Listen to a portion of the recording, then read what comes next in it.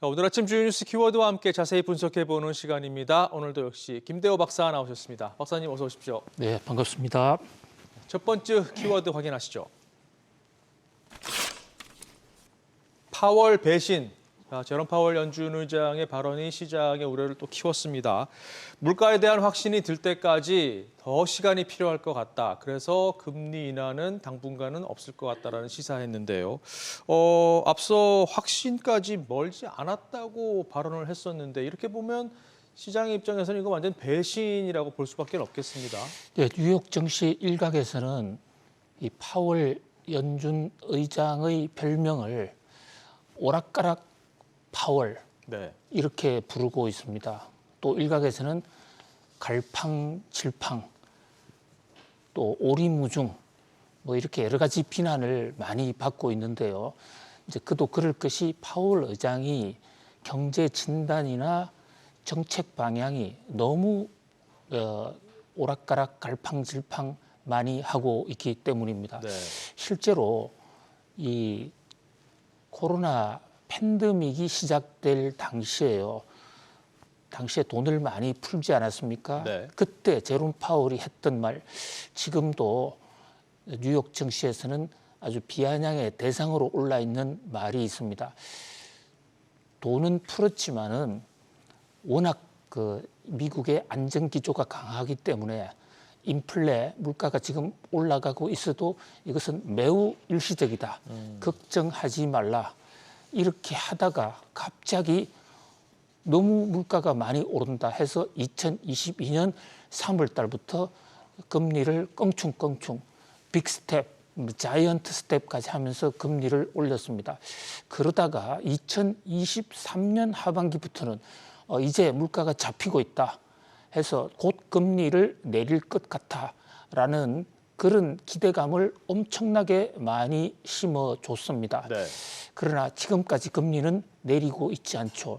올 들어서 물가가 좀 올라가는 조짐을 보이자 제롬 파월 연준 의장은 범프라는 말을 동원해서 물가가 좀 울퉁불퉁할 수도 있다. 그러나 거기에 신경 쓰지 않는다. 이러면서 여전히 금리 인하할 것처럼 이렇게 보였어요. 네.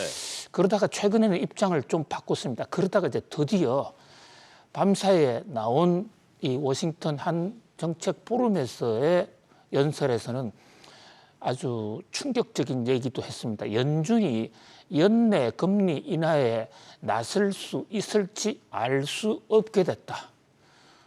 자, 연준이 모르면 누가 합니까? 아, 그렇죠. 제롬 파월 연준 의장이 내 마음 나도 몰라. 나한테 물어보지 마. 뭐 이런 거의 투로 얘기를 했단 말이죠. 바로 그런 면에서 무책임한 배신이다라는 얘기까지 나오고 있는데요. 물론 경제가 예상대로 흘러가는 것만은 아닐 것입니다. 특히 코로나19 이후에 예기치 못한 변수들이 많이 생겼기 때문에 어느 전문가들도 경제 흐름을 딱 집어서 정확하게 얘기하기는 어려울 것입니다. 그럼에도 불구하고 파월은 너무 많은 실수 또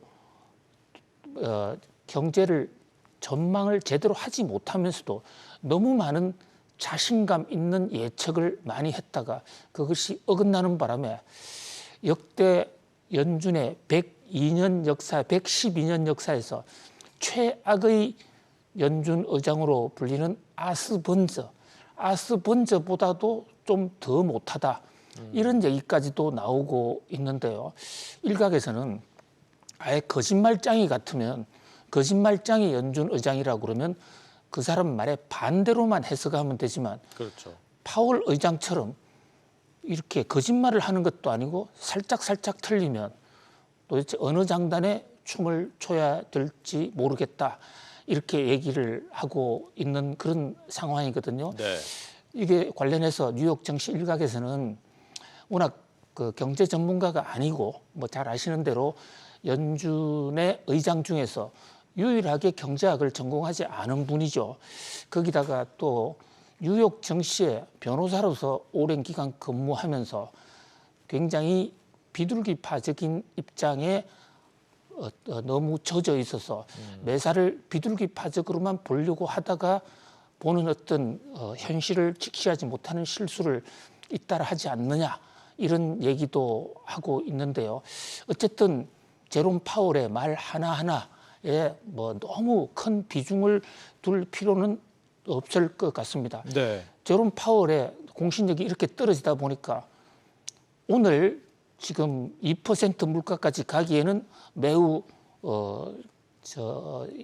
어려워질지도 모른다. 더 오랜 기간이 걸릴지도 모른다라는 이 발언 자체가 내일 또 지나고 나면 금리 인하 곧 할 거야라고 말할 수도 있기 때문입니다. 네. 어쨌든 세계 경제가 한치 앞을 알 수 없을 정도로 변수가 많다. 파월조차도 진단하기 어려운 상황이 이어지고 있다. 그런 면에서 이 금리 인하를 기대하고 채권 투자를 하신 분들, 특히 금리 인하의 그 터닝 포인트, 거기는 채권과 관련해서는 굉장히 중요한 변수가 많이 있습니다. 그런 점에서 실패하신 분들이 많을 텐데요. 파월의 얘기보다는 오히려 모닝벨과 함께하는 경제 지표 분석, 네.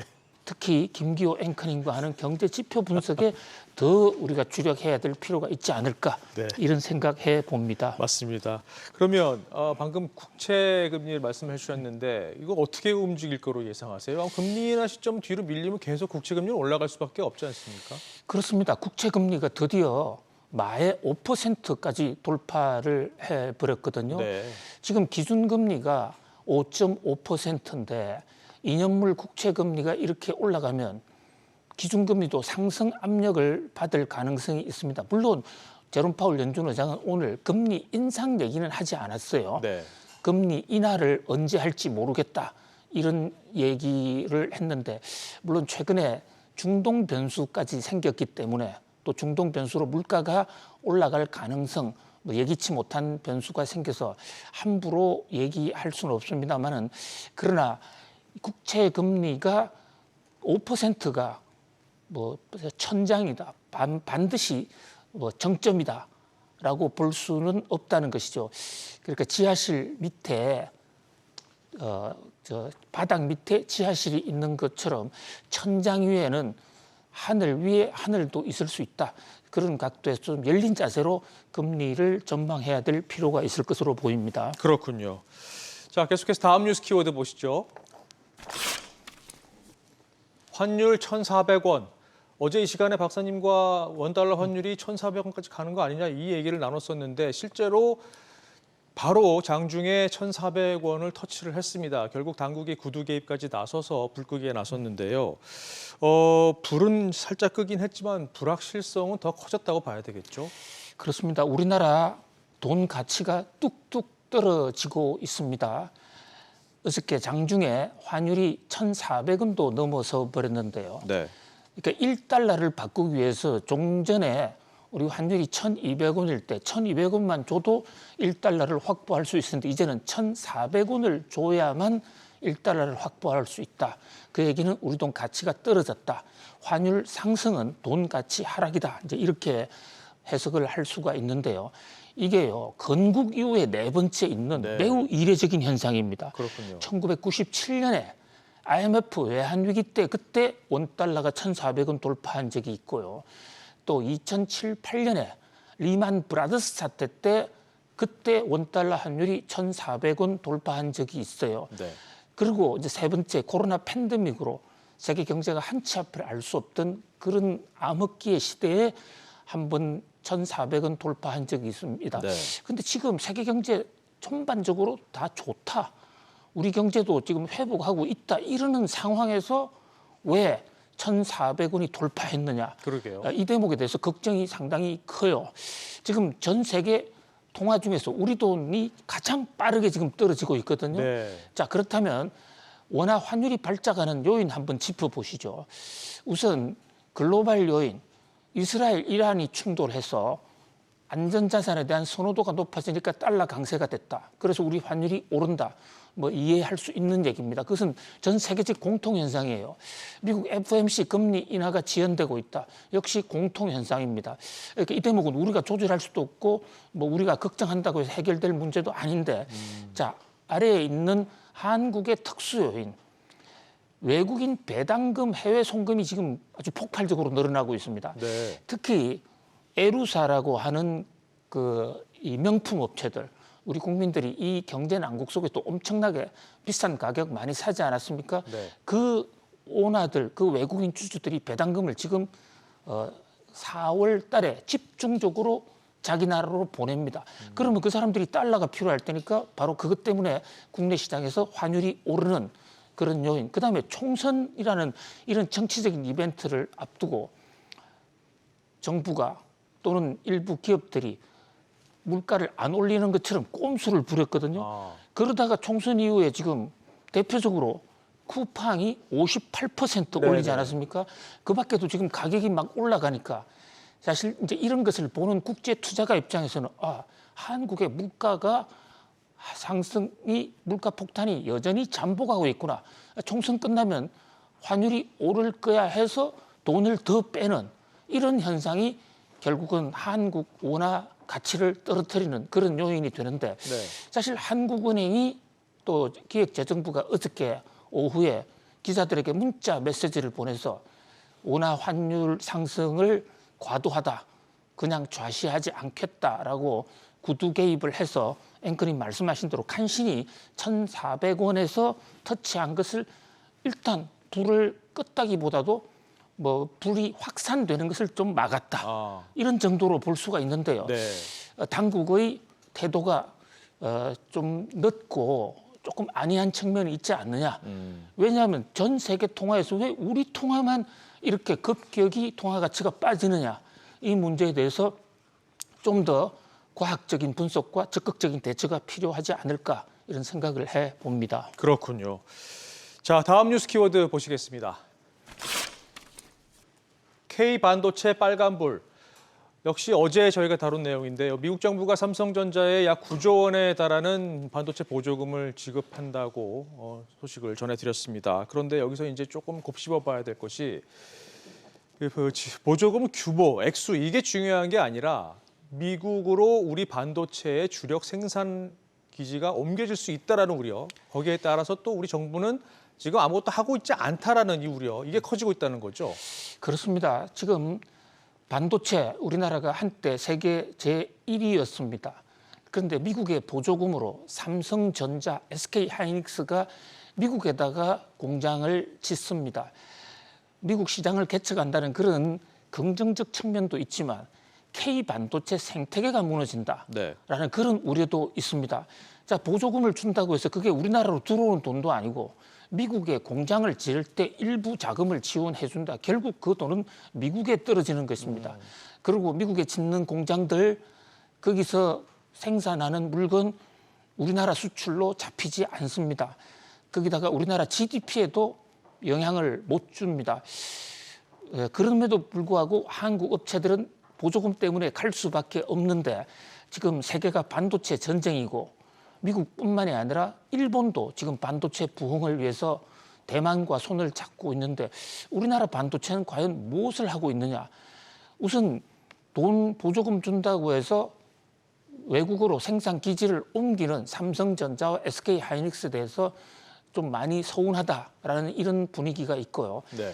TSMC 같은 경우에는 핵심 반도체 부분은 대만에 잔류시키겠다라고 얘기하고 있는데도 우리나라 삼성전자는 아무런 말이 없습니다. 그냥 혼자서 보조금에만 어떤 내심 기뻐하는 그런 것이 아닌가. K반도체는 어떡하나. 그리고 한국 반도체 내에서도요. 이 대만해 같은 경우는 반도체 생태계, 반도체가 굉장히 다양한 회사들, 중소기업들이 많이 포진해 있는데 우리나라는 반도체 회사들이 삼성, SK 뭐 외에는 이렇다 할 회사가 없습니다. 그래서 우리나라에도 패블리스 회사들이라든지 관련 중소기업, 스타트업을 좀 키우는 그런 면에서 정부의 전략이 있어야 된다. 대기업체 보조금 주는 얘기만 지금 하고 있는데 그게 문제가 아니라 중소기업 생태계를 세우는 한국 반도체 전략, 또 외국 기업들을 끌어오는 전략 이런 것이 시급하다 이렇게 볼 수 있겠습니다. 네, 앞서 정부가 용인에 반도체 클러스터를 만들겠다고 대책을 내놨었는데 근데 이게 당장 벌어질 수 있는 일이 아니니까 더 우려가 더 커지는 거죠. 네, 클러스터를 정부는 만들기로 했는데 정부가 만든다고 해서 되는 것이 아니라 그 안에 뭔가 들어와야 되는데 그렇죠. 들어오는 기업은 없고 오히려 삼성전자와 SK는 그 돈을 외국으로 빼내서 미국에 공장을 짓지 않습니까? 네. 그것도 우리나라 환율이 지금 급등하는 또 하나의 요인이 될 수 있다. 그렇군요. 그런 면에서 좀 입체적인 전략이 필요할 수 있다. 이렇게 봅니다. 네. 자, 다음 뉴스 키워드 보시죠. AI 낙제생, 이런 가운데 우려가 또 있습니다. 인공지능 혁명이 지금 일어나고 있는 상황에서 우리가 좀 뒤처져 있다라는 보도가 계속해서 나오고 있는데요. 실제로 지난해 우리 기업들이 생성형 AI 기술에 기반이 되는 이 파운데이션 모델을 하나도 개발하지 못했다라는 조사 결과가 나왔습니다. 이거 큰 문제 아닌가요? 예, 실리콘밸리의 본고장이라고 할 수 있는 미국 스탠포드 대학의 조사 결과인데요. 생성형 인공지능의 기술 기반이 되는 이 파운데이션 모델 전 세계가 앞장서서 경쟁을 하고 있는데 지금 그 AI를 연구하고 또 새로운 모델을 만들려면 바로 파운데이션 모델이 필요합니다. 네. 그런데 한국형 파운데이션 모델, 한국 업체가 만든 파운데이션 모델은 단 한 개도 없다라는 겁니다. 좀 뒤쳐져 있다는 얘기가 아니고 한국은 아예 없다. 1등 미국, 2등 중국 이런 순인데요. 우리나라 그동안에 AI를 연구한다고 10조 이상 투자했다라고 각종 보고서가 나오고 있습니다. 도대체 10조는 어디 갔을까? 혹시 그 조류 독감 AI 연구하는데 10조를 다 쏟아넣으라고 인공지능 AI에는 돈을 쓰지 못한 것이 아닌가라는 얘기까지 나오고 네. 있는 안타까운 상황입니다. 그렇군요. 자, 오늘 마지막 뉴스 키워드 보시겠습니다. 스드메 물가 폭탄. 자, 국내 이슈도 하나 짚어볼까요? 스드메, 결혼식에 필요한 스튜디오 촬영, 드레스, 메이크업을 줄여서 스드메라고 부르는데요. 이 가격이 워낙 높아서 예비 부부들을 좀 울리고 있습니다. 그런데 가격 책정하는 기준이 뭔지 깜깜이로 지금 진행이 되고 있는데 이걸 당국이 좀 들여다보겠다고 이제서야 이제 움직임이 있습니다. 이거 어떻게 그렇습니다. 지금 앵커님 말씀하신 대로 왜 이제서야 참 만시지탄이 있습니다. 지금 출산율이 낮다.